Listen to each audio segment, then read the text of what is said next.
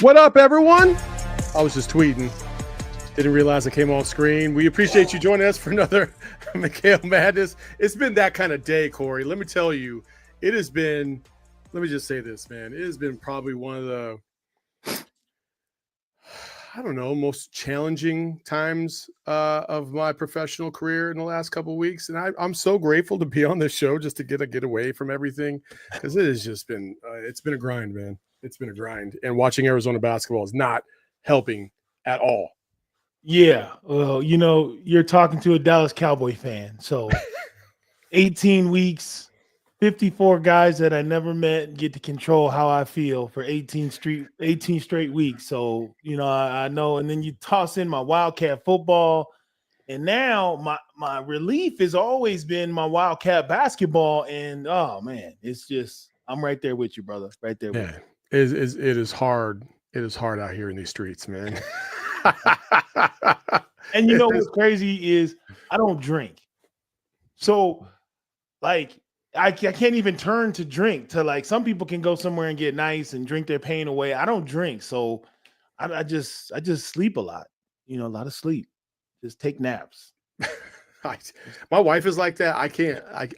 Like, you gotta take a shot. I mean, no, I'm not a big drinker. But my wife like naps all the time. Like, I mean, I swear she has narcolepsy. She just, you know, randomly just like, all right, I'm out. I'm like, how do you do that? I can't even do that. I just sit there and my eyes will be open the whole time. So I'm just not a big time napper. I wish I could.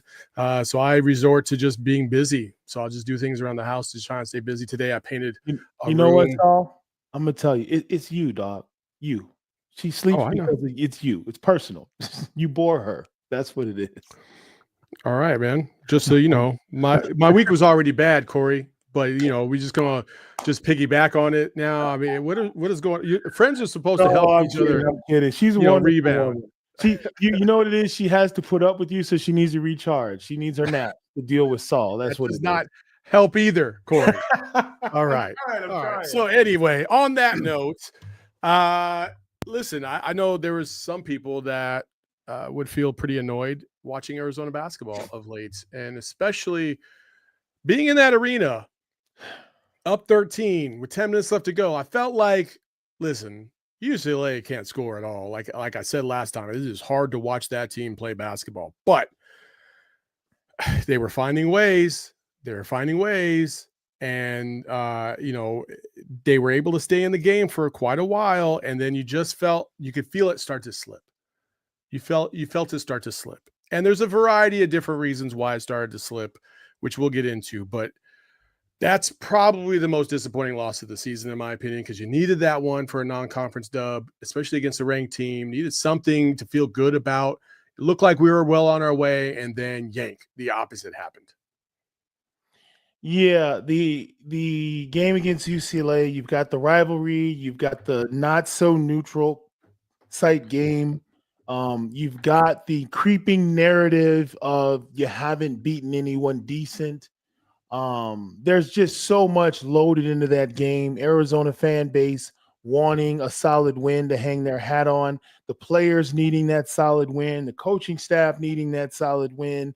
You start out ranked and now you've fallen out of the rankings. There were 5 or 6 narratives woven into that game. And so for Arizona to come out of there without the win, you can slice it any kind of way you want. Just there's enough disappointment there for everybody. Watching that game as an alum, watching it as an analyst, watching it as your broadcast partner, I can tell you right now, I wanted so badly to not be right. You know, we can run back our show beforehand and the things that I said about that UCLA team. I wanted to be wrong about the Mick Cronin team that I knew I had seen previously. I wanted to be wrong about Arizona's deficiencies. I wanted something magical to happen, something out of the order. I wanted an Arizona team that I hadn't seen to show up and do things that I hadn't seen before. It just didn't happen. They got walked down the entire second half. They showed tremendous energy in taking that 13-point lead, and then just didn't put together consecutive plays to fend off that energy. And they gave it all back, and it was really hard to watch. You just needed one more run. In that last 10 minutes, you needed just one more run. That's it. 8:46, 8 minutes and 46 seconds without a field goal to end the game. And I've been on the court for those types of situations, Saul. I was on the bench during the meltdown against Santa Clara. I was on the bench as we let the game slip away against Miami of Ohio. I was part of some epic Arizona losses where we should have won games. And when you feel the game slipping away, and I've been on the court for Arizona when we've closed out games and took back the momentum. And in those games, what you do is you go to a guy, somebody steps up and makes a play, or you get to a free throw line, or you simply just lock down on defense and you ugly your way to a win. So what you got to do, like I said, get to the free throw line. Somebody makes a next level play, a steal and a layup, or a hell of a one-on-one play to kind of quiet the crowd and steal back the momentum. And that's such a contagious type of play that it wakes everybody else up like, okay, hey, we're not going to let this happen. And that's the kind of thing that just didn't happen over the final 5 minutes of that game. No, that's when you realize who is your go-to guy, somebody that is a bucket getter. And listen, one of the things you said last week was that this Arizona team, who is going to step up to help Jaden Bradley? And nobody did. Nobody did. You know, there was a couple flashes here and there, but nobody was consistent. Vasar had a decent game for sure. I'll give him that. But it just, in that last stretch of 10 minutes, nobody stepped up to help out at all. And that was really disappointing. And, you know, everybody's kind of scrambling to find answers. You know, is it, we don't have, you know, where's Caleb Love? The rebounding's not as great as it should have been, especially in the last couple minutes when they, you know, should have blocked out several times and gave up second chances. You know, the turnovers were ridiculously high, 34 turnovers between two teams, 22 for Arizona. Like, what are we doing here? You know, they don't have a true point guard and all this other stuff. But really, honestly, Mick Cronin put it best, as you'll see right here. Winners know why they win. Losers, they don't know why they lose. They think it's the coach, their teammates, the referees. Winners know that intangibles win games. Preparation, adherence to the game plan, execution, physicality, toughness. Winners know that. They know the jersey doesn't matter. They know the little battles within the game. They're willing to do the uncomfortable things that go into winning a game. I mean, listen, I hate to pump up Mick Cronin, but he's spot on with that. Like, if you don't realize why you're losing, you're going to keep losing. You know, it's just disappointing, man. You know, one of the things when I saw that clip, and it is a throwback clip to the kind of coaches that we had in the 90s all up and down the Pac-10. He really sounded like Coach O there. When we would beat teams, it's because we're not going to foul you while you're taking a difficult shot. We are going to switch out on your best player. We are going to step over and take a charge when you least expect it. We are going to beat you to that loose ball and dive for it. We're going to do every little thing that you won't do. And at the end of 40 minutes, we're going to have more points than you will. And I can't explain it to you. I just know that if you meet me on the other side of 40 points, the guys in the Arizona jerseys, we're going to have more points than you because we're going to do every little thing that you're not thinking about, and we're going to do it for 40 straight minutes. And we don't even care what the refs do. We don't care what you do. We know that we want it more than you, and we're willing to do all those things. So when he says winners know why they win, that's exactly what we're talking about. That's exactly what Coach Olsen preached, all the details. You get yanked out of games because you don't do the details. Because Coach O knows there are 900 details in a 40-minute game, and he wants every last one of them. Bill Belichick wants every last one of them.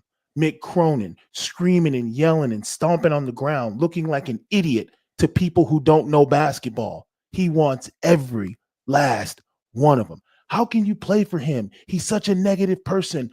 Oh my God, he looks like an idiot. And that's why you've never won anything, because you don't understand what the man's talking about. I can't explain it any simpler than that.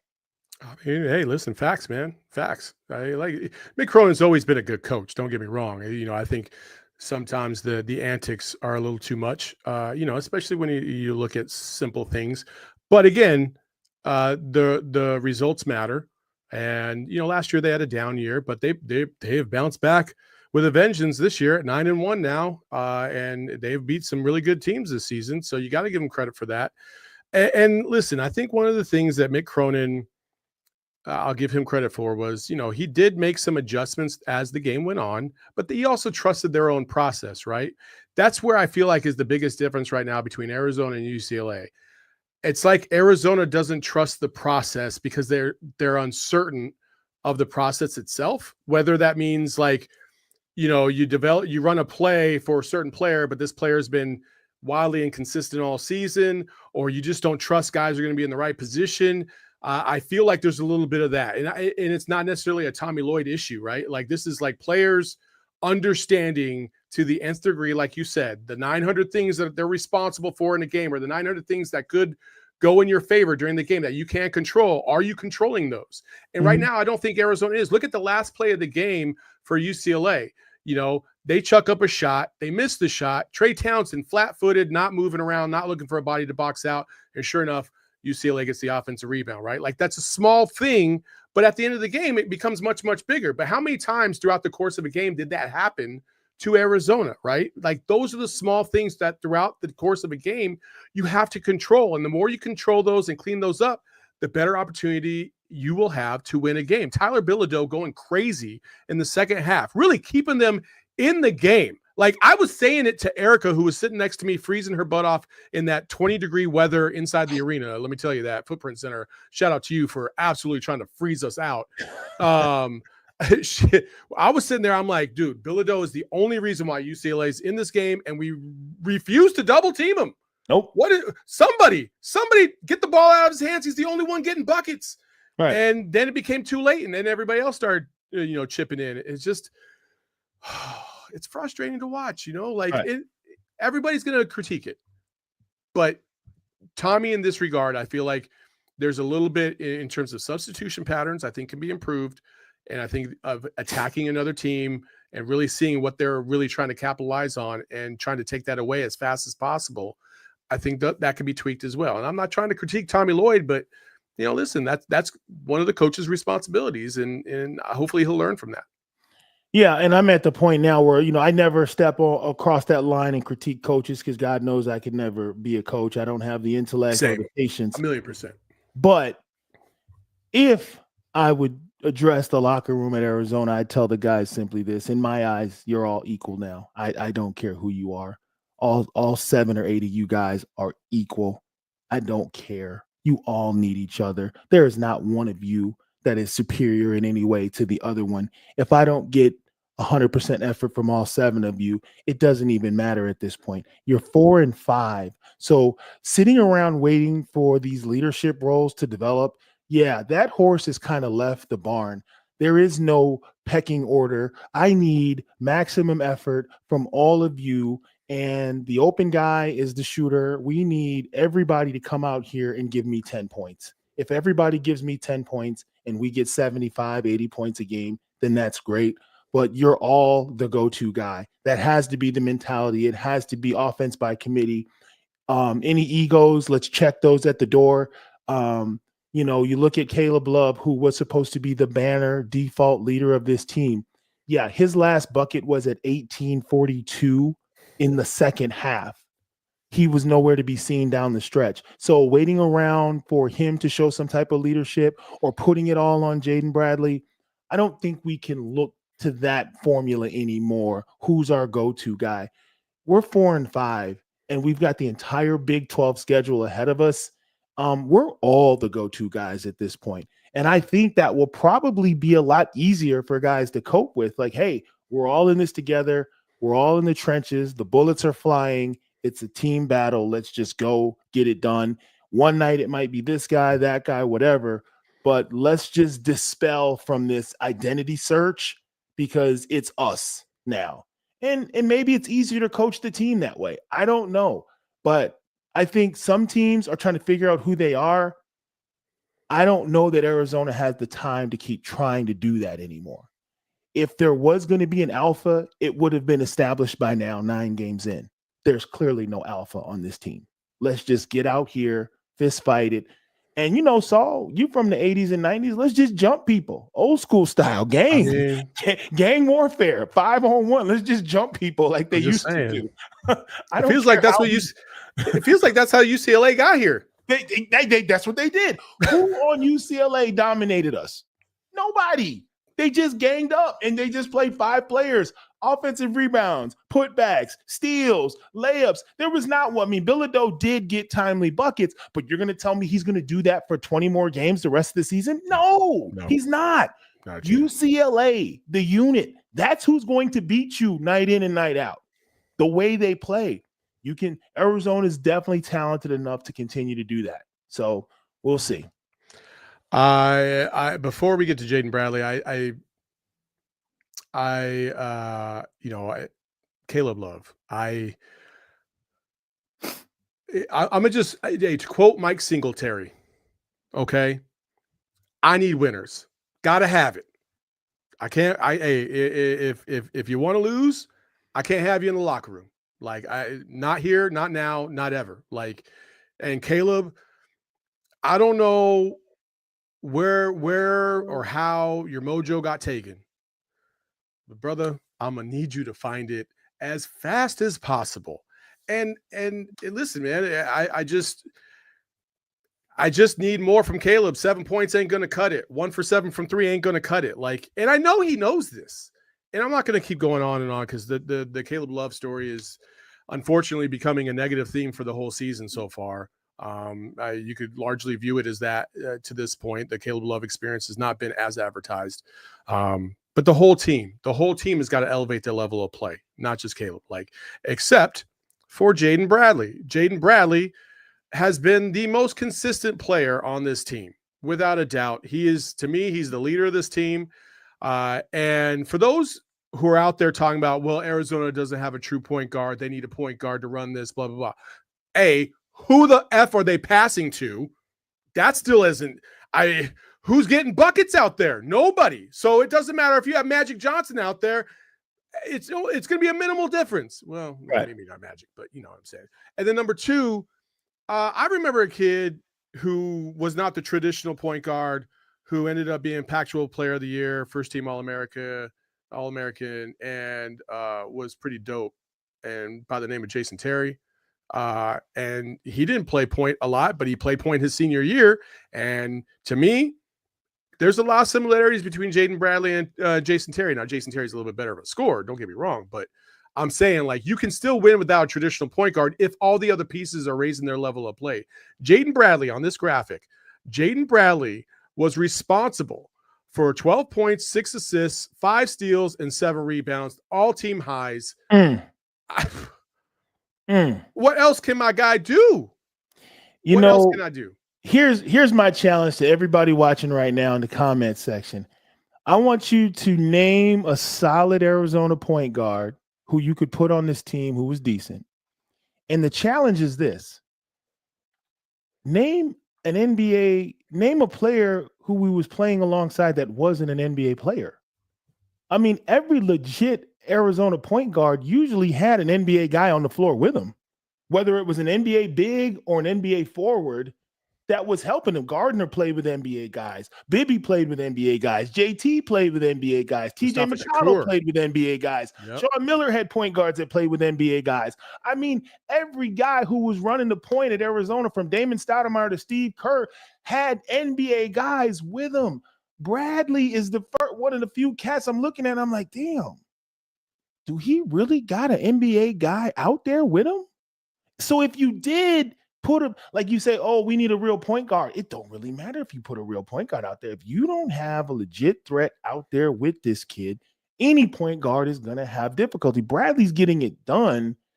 And it brings us back to the question we asked last week. Who's going to rock with him? Who's rolling with Bradley? And I'm not putting it all on Jaden Bradley, but I'm simply saying, yeah, it's nice when you got a big dude like Zeus or Ballo, or you got an explosive Keyshawn Johnson running the baseline, or Pella Larson, or you got all these other weapons on your team. If you got a Benedict Mathurin or you got a Solomon Hill, I mean, Arizona's been so loaded with talent, you almost don't even realize, because we just expect that we got Iguodalas and Arenases and all these other dudes playing alongside a Nick Johnson. You know what I mean? Like, the point guards, their job was just to get it to the highlight reel guys on ESPN, the guys that are going to be on ESPN Top 10.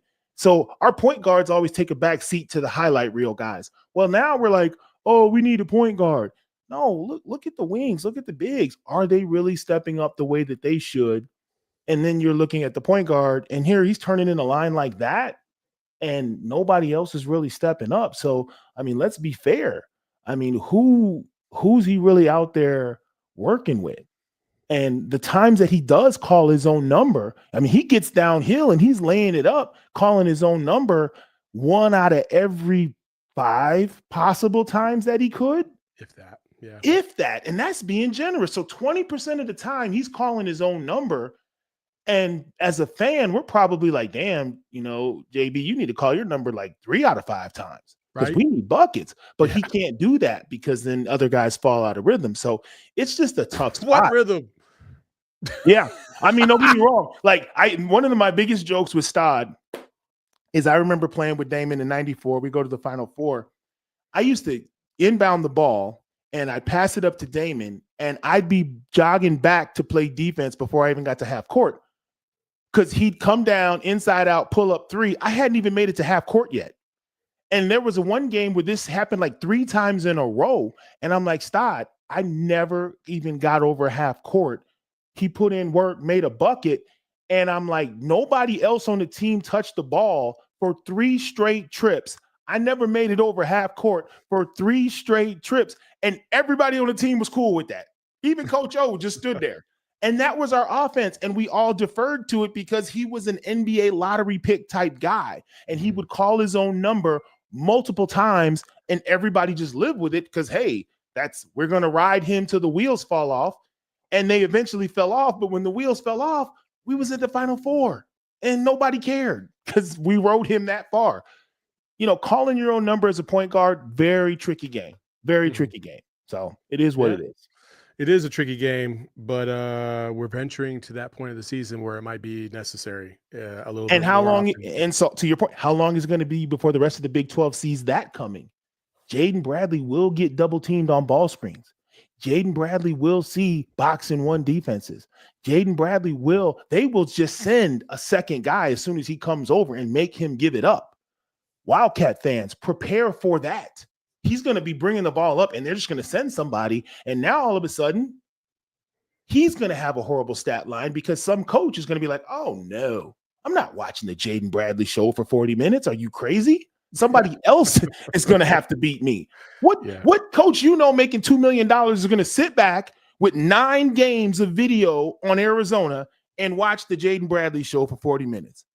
That's how you get fired. Ain't no way I'm watching the Jaden Bradley show for 40 minutes. No, sir. Oh, he likes to get down. Oh, we trapping that. Oh, we're doubling that. And luckily, nobody's played zone against us because zone gives Caleb Love an option. So we've got to prepare for the next level of coaching. We're struggling against man. Jaden Bradley's our only bright spot against man.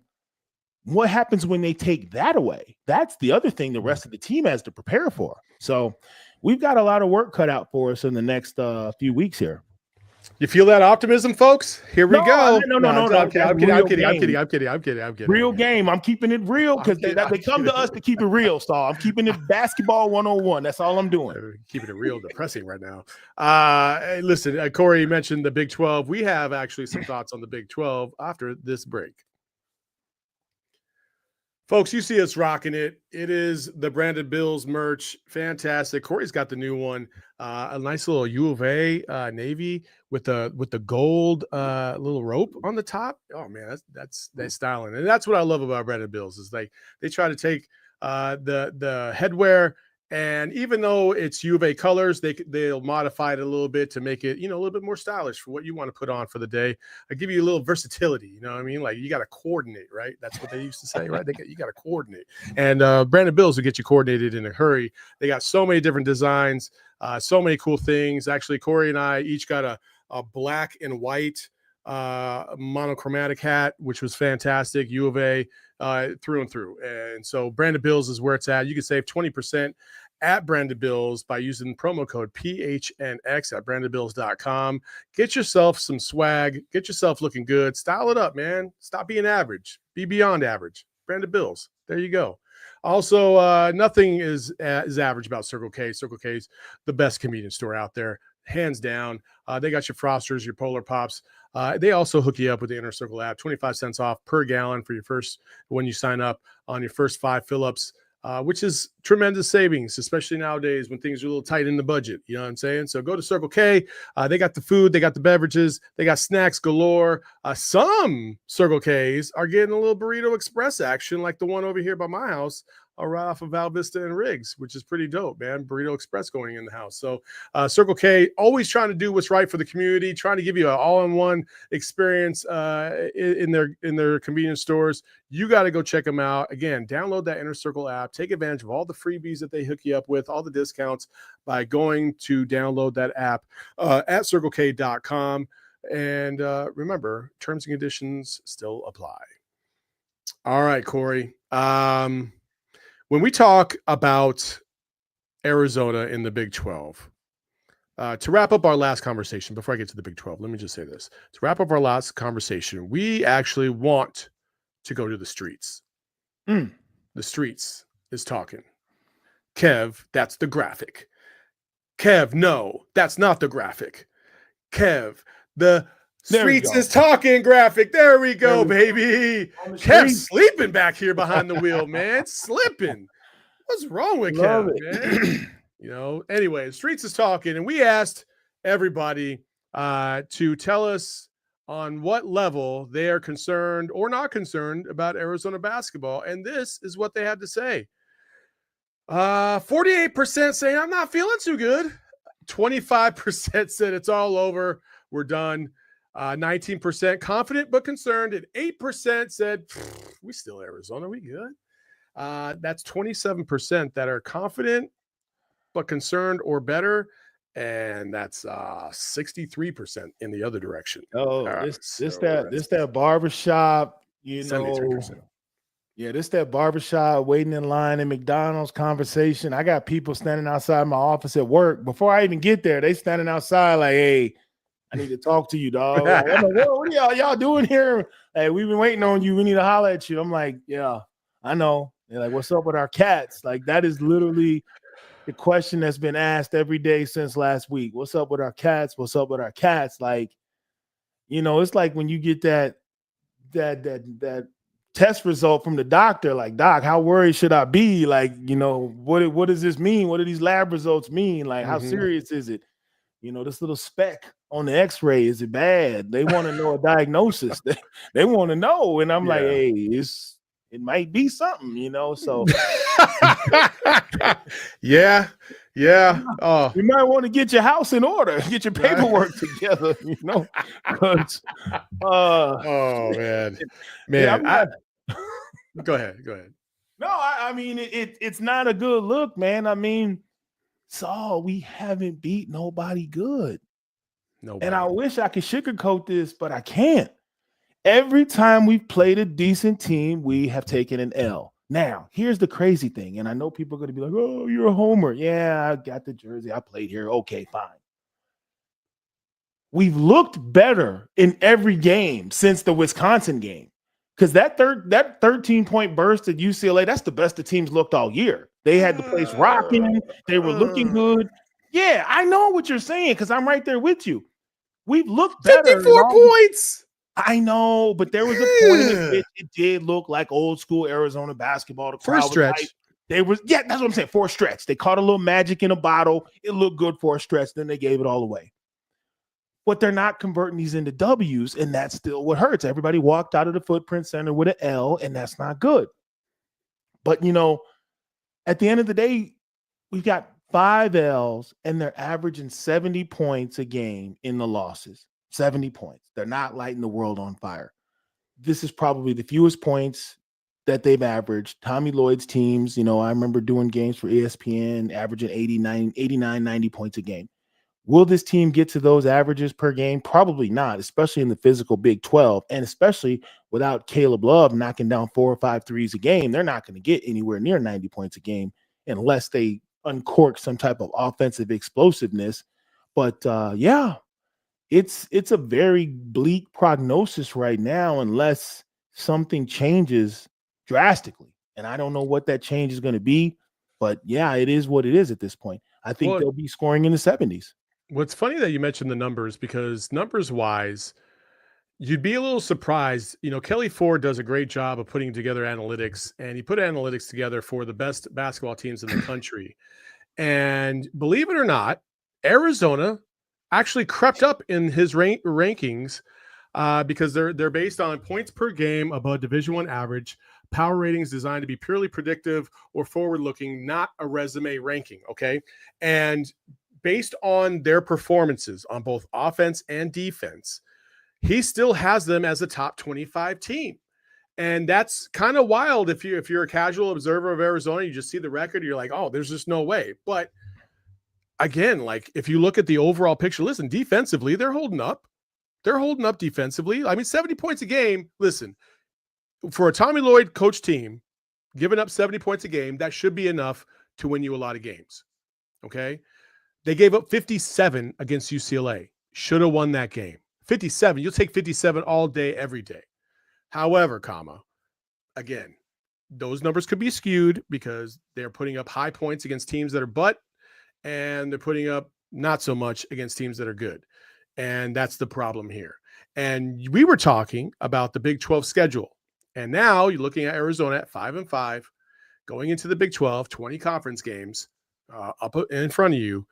How many do you think they have to win? And how many do they have to win on the road?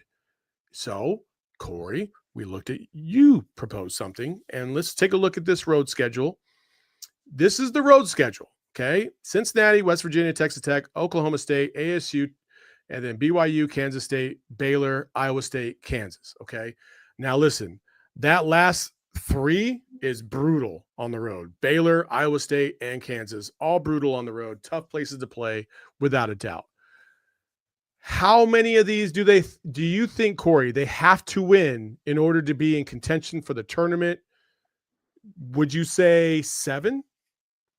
To have their feet on solid ground Selection Sunday, you can't lose any home games. I don't care who comes to McKale Center. You have to defend home court. I know that's crazy. They got 12. 2 of them are coming up this weekend. They're layup games. They should get those 2 plus the 10 Big 12 teams. I don't even want to look at the schedule to see who comes to McKale Center, but they cannot let people come in here, put their feet up on our coffee table. They got to get 10 Big 12 games at home, and they got to get 7 of these games. I don't care which 7 they are. It'd be great if they got a couple of the last 3, but they got to get 7.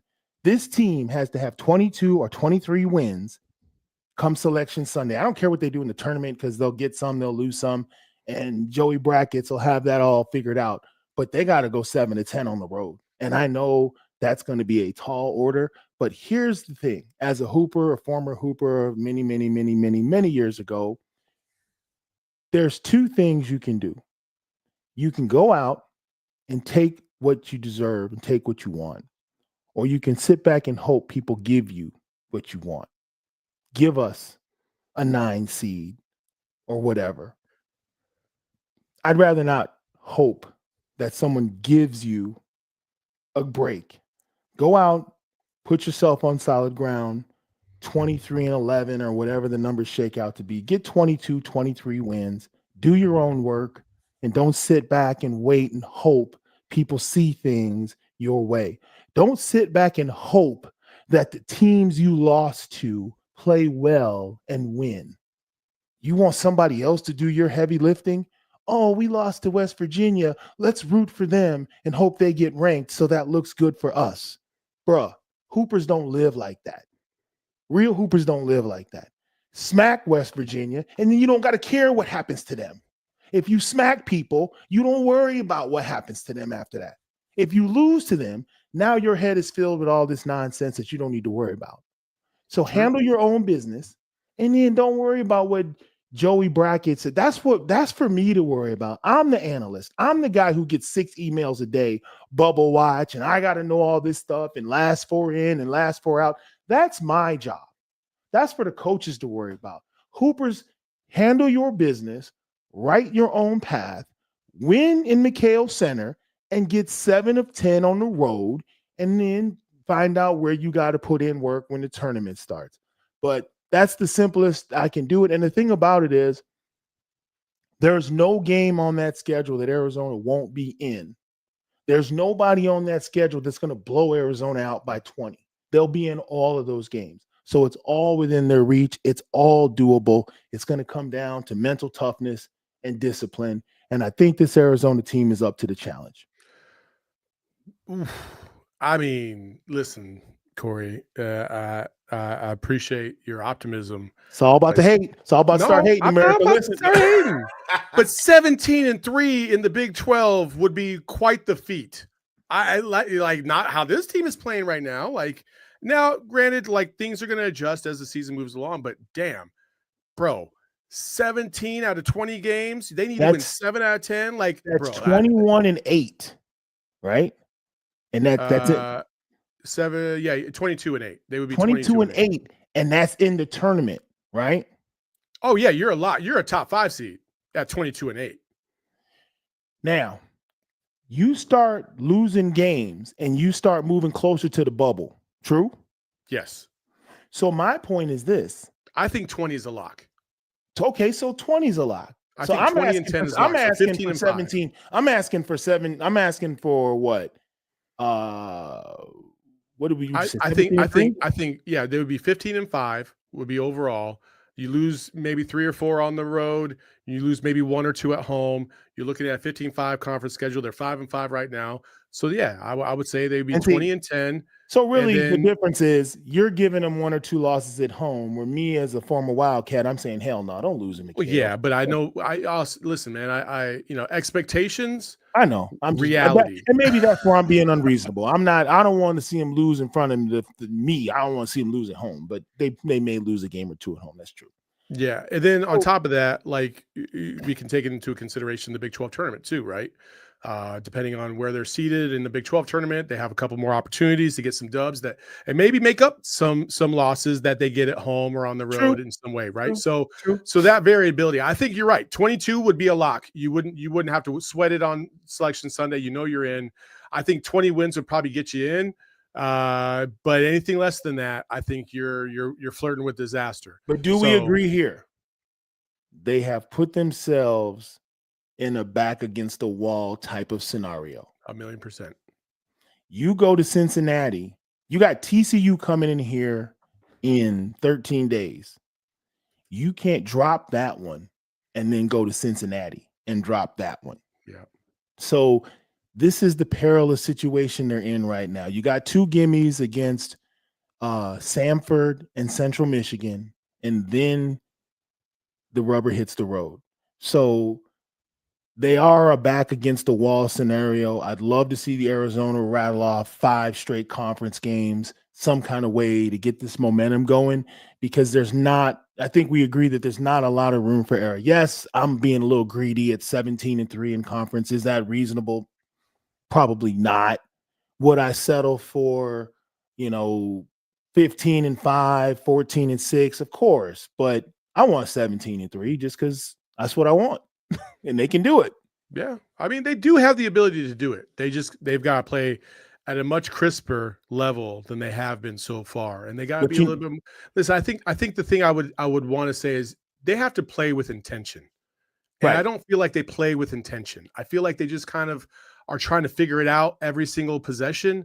Right. And listen, I think guys are not comfortable in their own skin right now in this offense. That's what I believe, Go ahead. And I'm going to go. I hate to be back in my day, but here's the truth.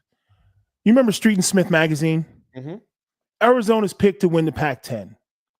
They've got this guy, this guy, this guy, this guy, this guy. They're the number 1 seed. They're the number 1 favorite to pick the Pac-10, right? Coach Olson's preseason coach of the year. Arizona, da-da-da-da-da-da. We walk out on the court. We're supposed to win. He's supposed to win. We're supposed to win. You guys are trying to mess that up. You guys are trying to take that from us. Ain't no way in hell you're going to take that from us. That was our underlying mentality all season long. We knew what we were supposed to accomplish and what we were supposed to achieve, and we knew that the opposition was trying to destroy that. These guys don't have that sense of what's trying to be taken from them. They don't have that predestined mentality or identity. And it does play into, like you said, this team trying to find themselves, who they are, what they're trying to accomplish. No one has placed them at the top of anything. They don't feel like anything's being taken from them or challenged in that way. And that's a very different dynamic across college basketball in general. So back when we had an identity that was given to us, whether it was fair or not, some years we weren't the best team, but it still was this weight that we carried on us at all times. We knew what other coaches and teams were trying to take from us. That's why we defended McKale Center. That's why Matt Muehlbach never lost a home game, because we had this weight. As soon as you put on the jersey, you instantly felt like, oh my God, this is what's going on. Yeah, people are trying to make a name off you. People are trying to take away from the history of this program. People are trying to embarrass you on national TV. People are jealous that they're not at your school. People are trying to take your championship that the media has already handed to you. So you have to defend this thing that you haven't actually gotten yet. This Arizona team doesn't have the Big 12 championship handed to them. They've actually given it to Kansas already. Yeah. So maybe they can motivate themselves as, yeah, we're the people who weren't invited to the party. We're the gate crashers. Let's go ahead and take this championship from Kansas. We only have to play them once. All we have to do is win games on the road and put ourselves in a position to go to Kansas and somehow, steal it. So maybe it's a new role. Maybe Arizona can be the villain this year. I'd love to see these guys be the gate crashers and the party wreckers and steal it from Kansas. But finding a purpose, finding some type of, like you said at the top of the show, mojo. Find something. 17-3 is a tall order, but I think they can do something. Yeah, no, I hear you. I hear you. It's a long road. It's a long road, and this team is going to have to find a way to put it all together. I wanted to go. I would love to go break down player to player, like how I thought that they performed against UCLA. But we don't got time for that. I will say this: I think there are things that I see out there on that court that I think are fixable. I think confidence to a certain degree right now is a little bit of an issue. I think guys are a little unsure, and they got 2 games to kind of get right. And then that TCU game, to me, that TCU game just became the biggest game of the season all of a sudden. Why? Because it's the first chance you get an opportunity to beat somebody in the Big 12, get a Power 4 win, and you're getting it at home. If you lose that one, Saul, like that, that's when I would say the TCU game is the biggest game because your boy is going to be on the mic. You didn't even, you missed it. He was all teed up. I mean, I wasn't even done yet. That game. I wasn't even done yet. Okay. Like I'm trying to build this up to put the cherry on top, and you just coming through and just kicking the shit over. Come on, man. Yes, Corey will be on the call that game. Actually, Corey will be on the call for 3 games, right? 3 U of A games this year? It's just tomorrow night and then TCU. I'm gonna be out of town for Saturday. I was supposed to be on Central Michigan, but I had to get moved. I moved off that one. Gotcha. Okay, so that'll be cool. And we listen. A lot of talk about TCU. You're right. You're 1,000% right on TCU.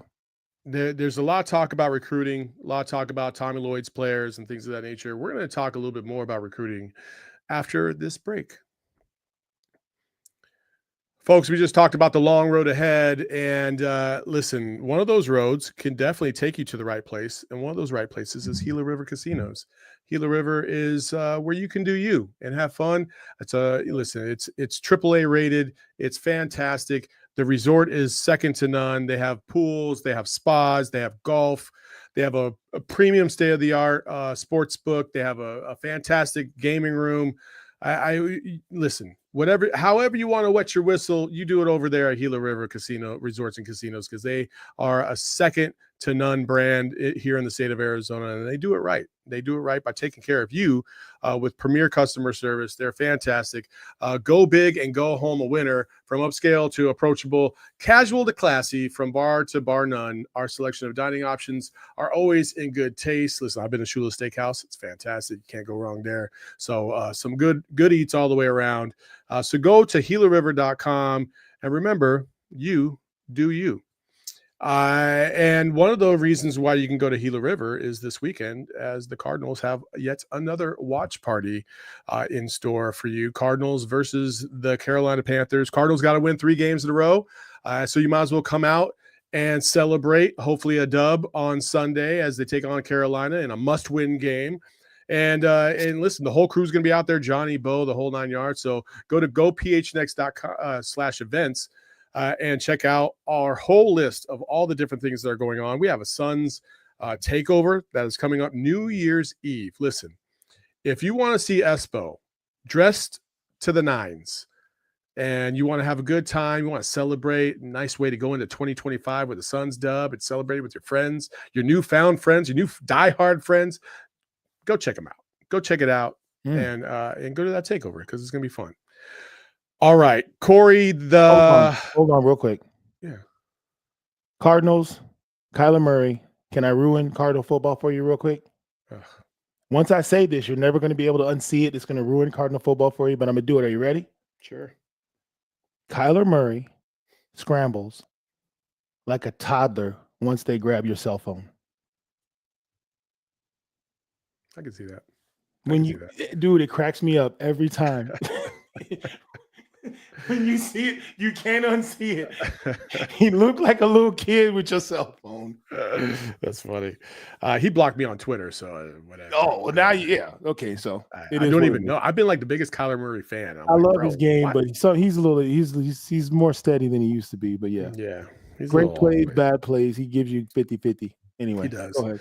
All right. So listen, there's been a lot of critiquing about Tommy Lloyd's recruiting, and what has he actually brought in here and blah, blah, blah, blah, blah. Like to me, like people are so short-sighted. They're like, he's getting worse every single year. I'm like, well, he went to the Sweet 16 in year 1. He went to the Sweet 16 in year 2. What do you want? Like, I don't know, right. Or year 3, I should say.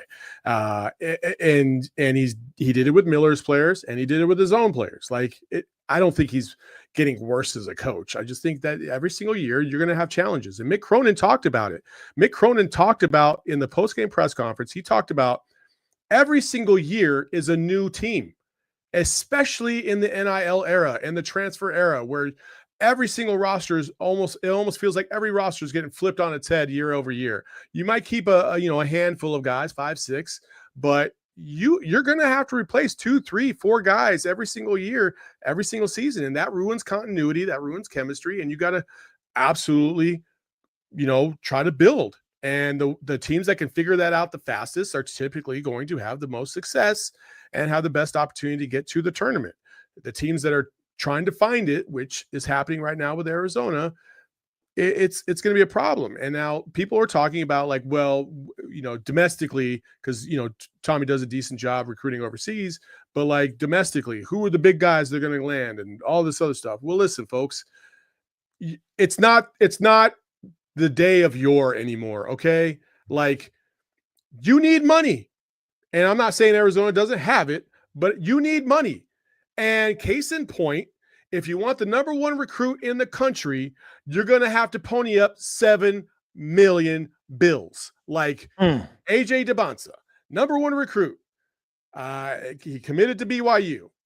And the rumored deal is somewhere between the $5 to $7 million range. Folks, if you want Arizona to compete for these high-level recruits, I'm going to tell you this right now. You better go get on the phone with, Artie Moreno. There's a bunch of other guys. There's a director too. I can't remember what. Anyway, like Steve Bruckheimer. Like those guys probably got the money to be able to donate to the NIL fund and help out. But it's a process, and that's why you have to be shrewd with your recruiting. You have to know exactly what you're looking for. And listen, sometimes you're balling on a budget, and people are going to have to learn this. This is not, oh, well, Lute Olson just got out recruited by Roy Williams, or or Sean Miller just got out recruited by, Dana Altman or anything like that. When the playing field was at least on the surface level, right? We ain't playing in that world anymore. So if you want to get the best, you better start ponying up in this NIL fund, folks. You better start, donating to the cause. Otherwise, hey, you get what you get. And it doesn't matter what coach is in here. If you ain't got the funds to be able to go get the best, you're going to be a little hamstrung. That's why you see transfers being a little bit more appealing, because they got veteran leadership. You can start off on the right foot. That's exactly what Mick Cronin said. He got a lot of transfers into this portal. But you know how they got those transfers, Corey? NIL. They gave up a little bit of cash to get them. Like, that's just what the deal is. So you're right. But here's what I want to talk to people for, and then I'm going to take them to church here a little bit. Can I preach for a second, Saul? Go ahead, minister. Couple of questions. Did BYU just purchase a national championship? Mm-mm. No. Did BYU just purchase a Big 12 championship? No, they didn't. Did they purchase 15, 20 wins? Maybe. $7 million didn't buy them anything. So for everybody whose jaw just hit the floor, what did they actually purchase for their fan base? Absolutely nothing. Hype. So thinking that money is going to buy you results is the biggest piece of idiocy going on in sports today. I'm sorry. Did Vanderbilt beat Alabama? Mm-hmm. Did Northwestern beat Notre Dame in football? Who was in the Final Four in college basketball last year? How much NIL money was spent that showed up in the Final Four? See, every year, gritty mid-majors knock out blue bloods with huge NIL budgets in the NCAA tournament, but we all seem to forget about that. We all pretend that didn't happen. You know why? Because people miss on kids all day long. All the time. People are lazy. People listen to idiots with keyboards who say these are the best kids because they play on these AAU circuits and they make all this NIL money. And every year, people get their ass kicked by gritty mid-major kids that nobody ever heard of, who are making a fraction of the NIL money. Corey, So NIL. Corey, you remember last time we had the number 1 overall pick? Who was that? The number 1 ring recruit in the country? Refresh their memory, Saul. DeAndre Ayton? Yeah, Buffalo. How'd that first round go? Buffalo sent him packing.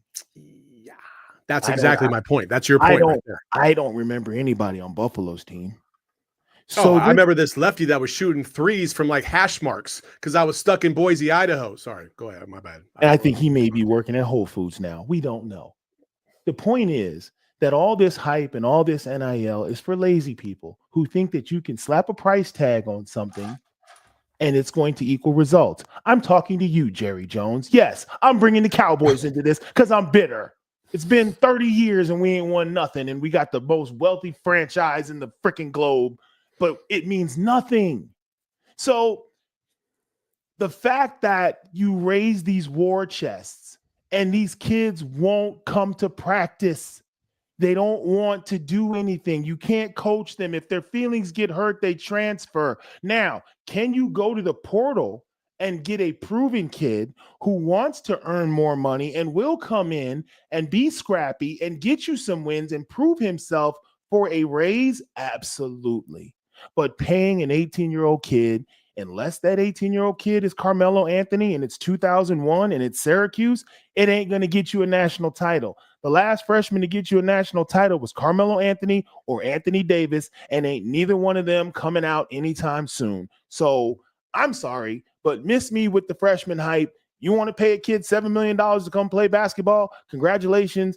You're not still winning anything. He's still got to lace him up against kids 2 or 3 years older than him.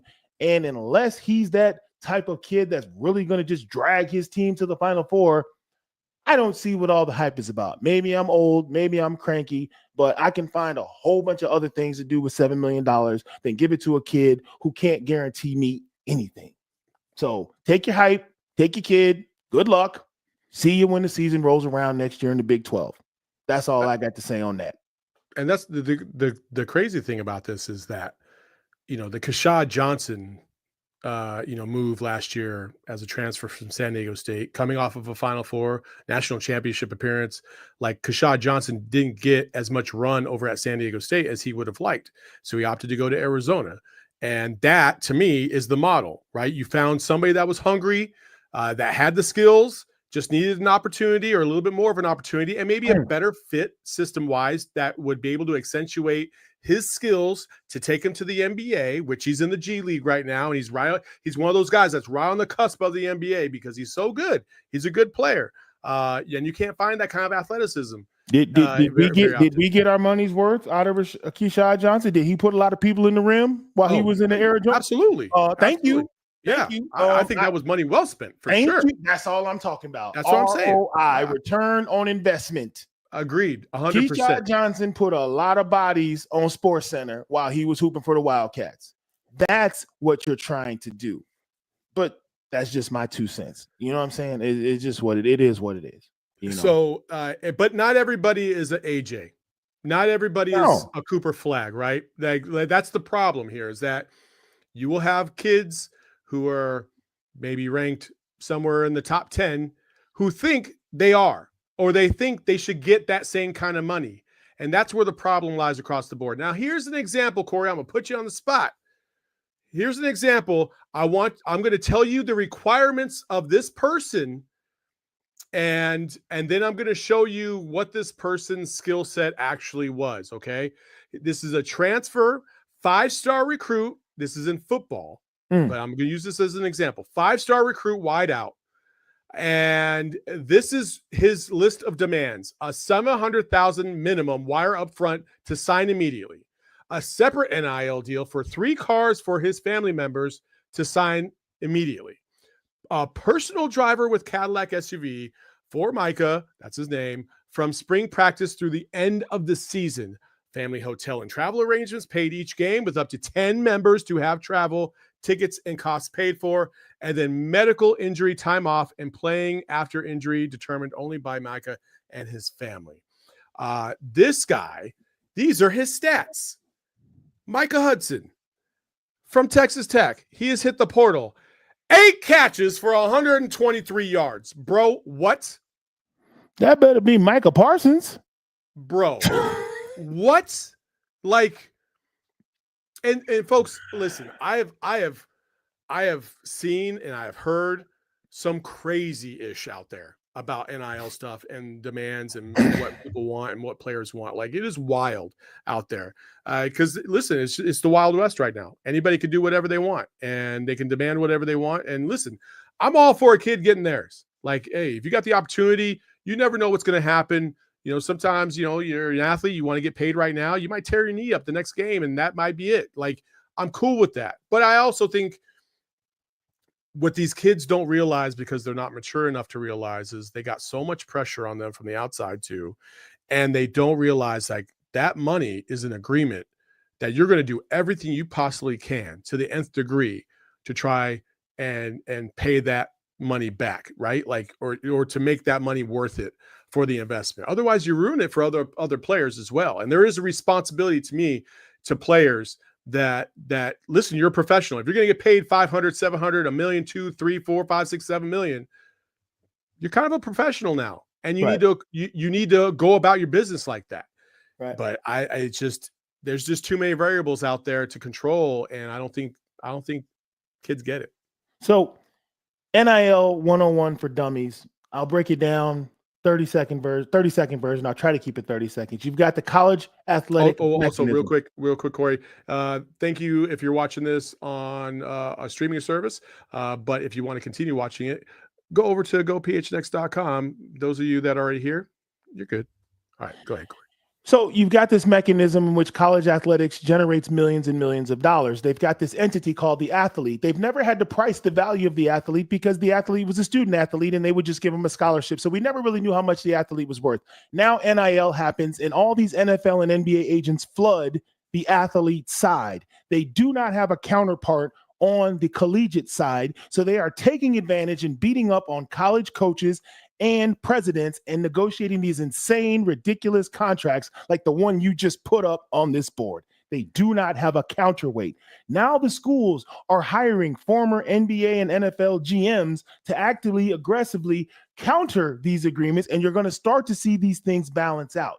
But these last 2 years, it's been insanity because these coaches whose livelihood are wins and losses have been agreeing to these crazy deals because they are not experienced in negotiating with GMs. They are coaches, X's and O's, recruiting, scouting, and bringing in players. They don't do contract negotiations.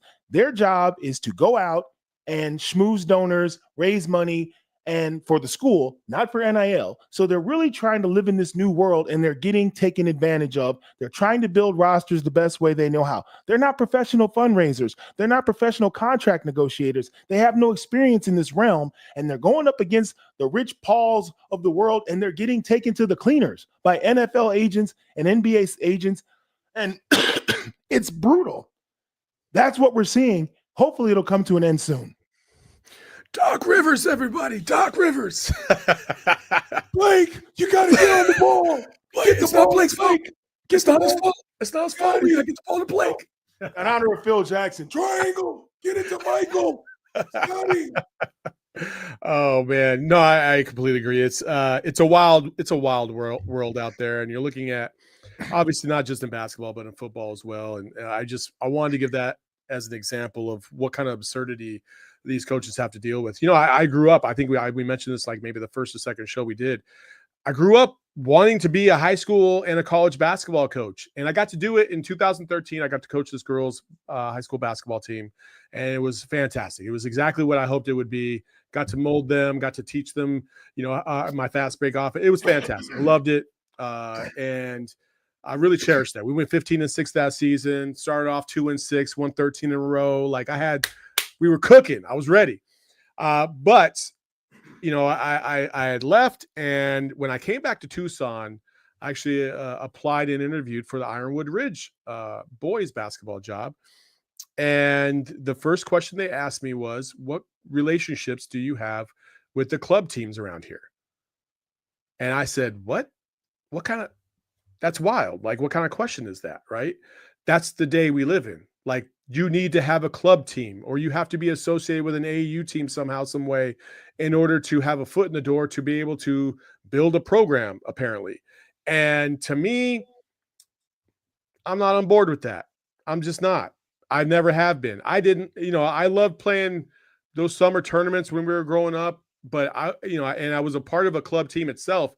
But I'll tell you what, man, like being a part of the club team when I was coming up in high school, like there were kids on that team that paid thousands of dollars to get trained in this club team.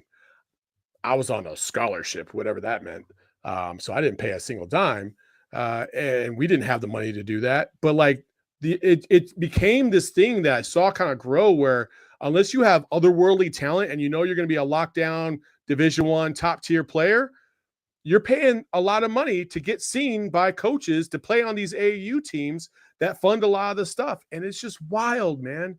And then you move that to the NIL world and you have all these people that are trying to grease their pockets with on the backs of these kids who are just, some of them are just, you know, they're playing 8,000 games a year and they get to college and it's a completely different world. And it's just all over the place, man. And it's really sad to see.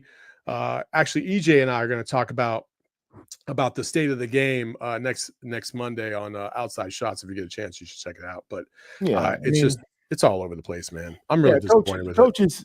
Newsflash: coaches don't want to be fundraisers. They want to be coaches. No. They don't. Turning a coach into a fundraiser is like turning a chef into someone who buys groceries. They don't want to buy the groceries. They want to cook the food. They don't want to be out grocery shopping.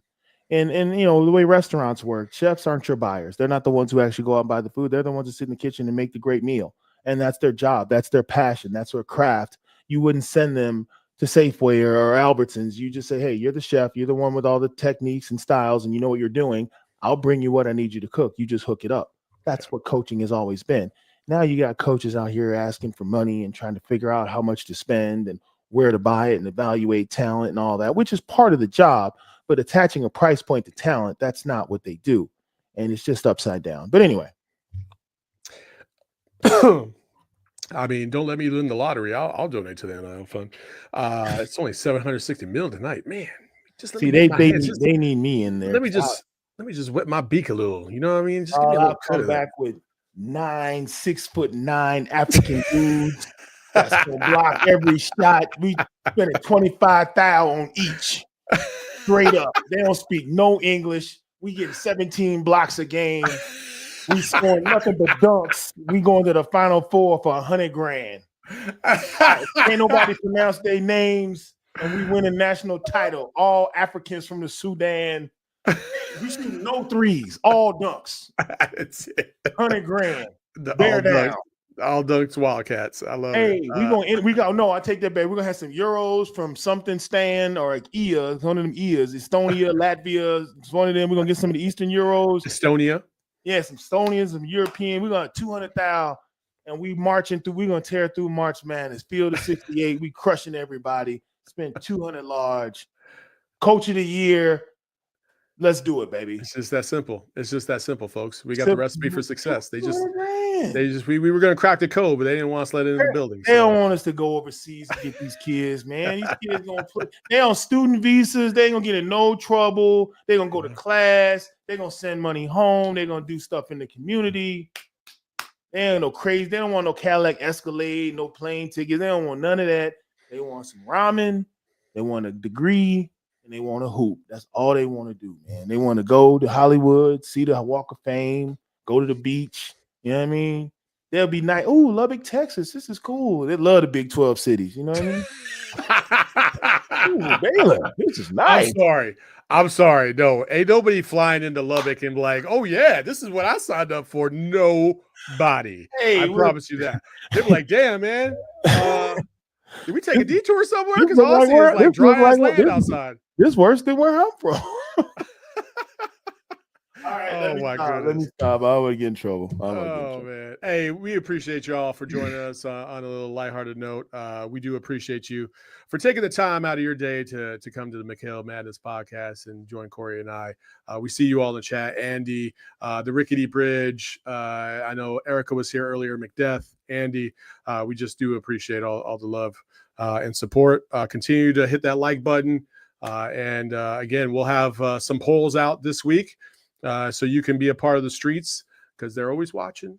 And, until next time, that's Corey. You can follow him at College Corey on Twitter and on Instagram. You can follow me at Saul_Bookman. You can follow the show at PHNX_Wildcats. Until next time, folks, bear down. We all silly like the mayor.